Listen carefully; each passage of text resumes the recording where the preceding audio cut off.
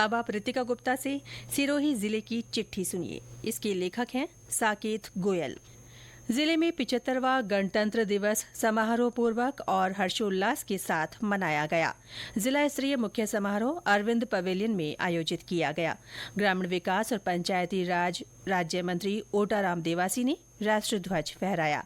उन्होंने परेड का निरीक्षण कर मार्च पास्ट की सलामी ली। अतिरिक्त जिला कलेक्टर डॉ भास्कर विश्नोई ने राज्यपाल का संदेश पढ़कर सुनाया। इस अवसर पर स्कूली विद्यार्थियों ने सांस्कृतिक कार्यक्रम प्रस्तुत किए। कार्यक्रम के दौरान करीब 1000 बच्चों ने व्यायाम का प्रदर्शन भी किया। जिले में उत्कृष्ट कार्य करने वालों को इस दौरान सम्मानित किया गया। सूचना और प्रसारण मंत्रालय के केंद्रीय संचार ब्यूरो की ओर से सिरोही में विकसित भारत संकल्पित भारत मल्टीमीडिया प्रदर्शनी लगाई गई है।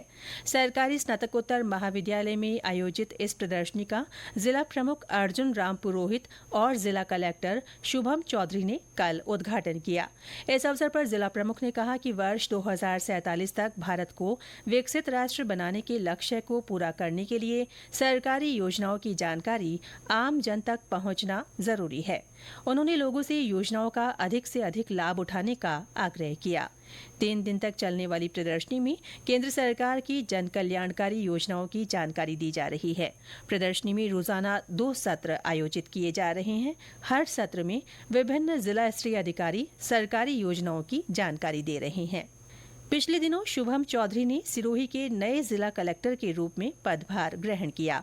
इस दौरान उन्होंने विभिन्न विभागों के अधिकारियों के साथ बैठक कर आवश्यक दिशा निर्देश दिए। उन्होंने जिले में सरकारी योजनाओं की प्रगति की समीक्षा की। अयोध्या में 22 जनवरी को हुए रामलला प्राण प्रतिष्ठा समारोह को लेकर जिलेवासियों में उत्साह देखा गया।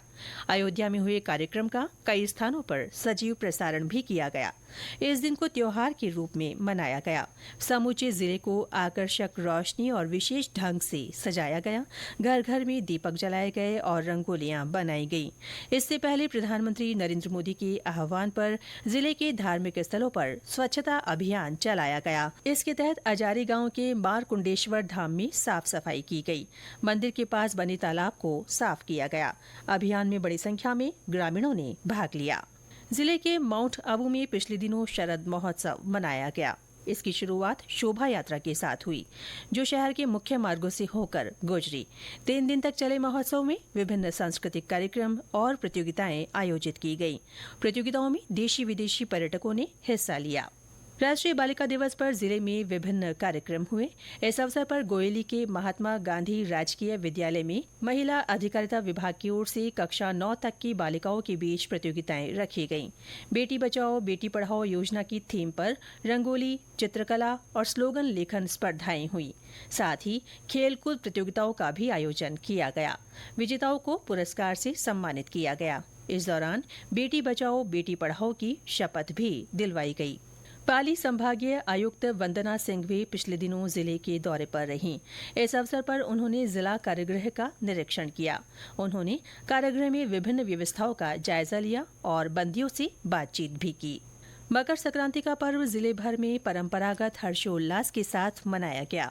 इस अवसर पर मंदिरों में विशेष पूजा अर्चना की गई। लोगों ने पवित्र जलाशयों में स्नान कर दान पुण्य किया। तिल और गुड़ से बने व्यंजनों का लोगों ने जमकर लुत्फ उठाया। माउंट आबू सहित समूचे जिले में पिछले दिनों कड़ाके की सर्दी का असर देखा गया। माउंट आबू में इस बार तापमान -3 डिग्री सेल्सियस तक दर्ज हुआ। इस कारण सुबह के समय खुले स्थानों पर बर्फ की हल्की परत भी जमी हुई देखी गई। तेज सर्दी के कारण आम जनजीवन प्रभावित रहा। वहीं माउंट आबू सैलानियों से भी गुलजार रहा। नए साल का स्वागत जिलेवासियों ने उत्साह और उमंग के साथ किया। लोगों ने इससे पहले रात 12 बजते ही आतिशबाजी कर खुशी जाहिर की। प्रदेश का एकमात्र हिल स्टेशन होने की वजह से माउंट आबू में सैलानियों की खासी भीड़ रही। देश भर के अलावा विदेशी पर्यटक भी नया साल मनाने के लिए यहां पहुंचे। नए साल के पहले दिन कई स्थानों पर धार्मिक अनुष्ठान हुए। सुबह से ही विभिन्न मंदिरों में लोगों ने दर्शन कर नए वर्ष की शुरुआत की। इसके साथ ही सिरोही जिले की चिट्ठी समाप्त